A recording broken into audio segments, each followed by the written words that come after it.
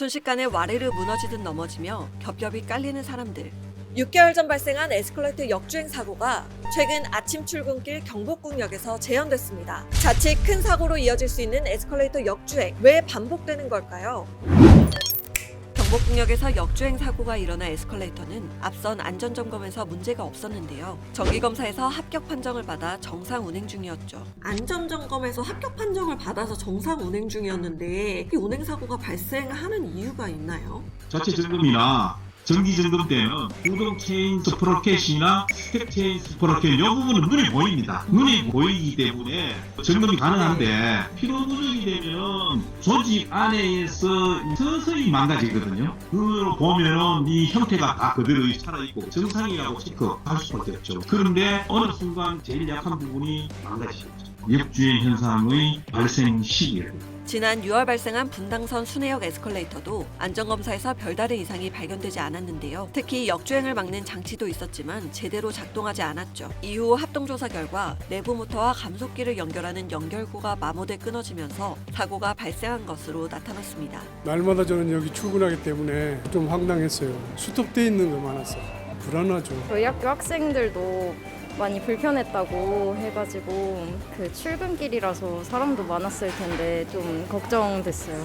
승강기 안전관리법상 최소 15년이 지나야 노후가 됐다고 보고 정밀검사 대상이 되는데요. 순회역과 경복궁역에서 역주행한 에스컬레이터는 각각 2009년, 2010년 설치돼 노후화 연한이 얼마 남지 않은 상황이었죠. 에스컬레이터 구동체계는 모터, 감속기, 브레이크, 구동체인 등으로 구성되는데요. 구동체계가 파손 또는 마모돼 안전장치가 제대로 작동하지 않으면 역주행하게 됩니다. 에스컬레이터에서 걷거나 뛰어 충격이 누적되면 역주행 가능성이 높아지기도 하죠. 몸무게 70kg면 뛰는 순간에 발판에 닿는 충격량은 70kg의 10배 이상이 됩니다. 충격량이 발판 가해지는 게 아니고 그게 쭉 타고 올라가서 구동체계에 전달이 되고 강도를 여유를 주고 제작을 했음에도 불구하고 강한 충격량을 10여 년 동안 주고 있으니까 충격 피로가 누적이 됩니다. 구동체계의 제일 약한 부분이 제일 먼저 망가집니다.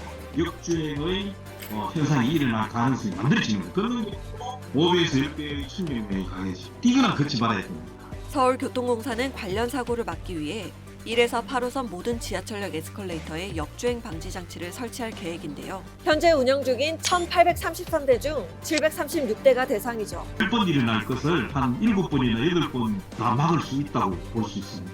자체 점검과 정기 검사 훨씬 더 짧게 할 필요가 있습니다. 그 다음에 더 중요한 것은 파손의 위험이 있는 부품들의 의무적으로 교체하게끔 합니다. 연도를 정해서 사용 연도나 사용 횟수나 이런 것들을 정해서 교체해야 된다.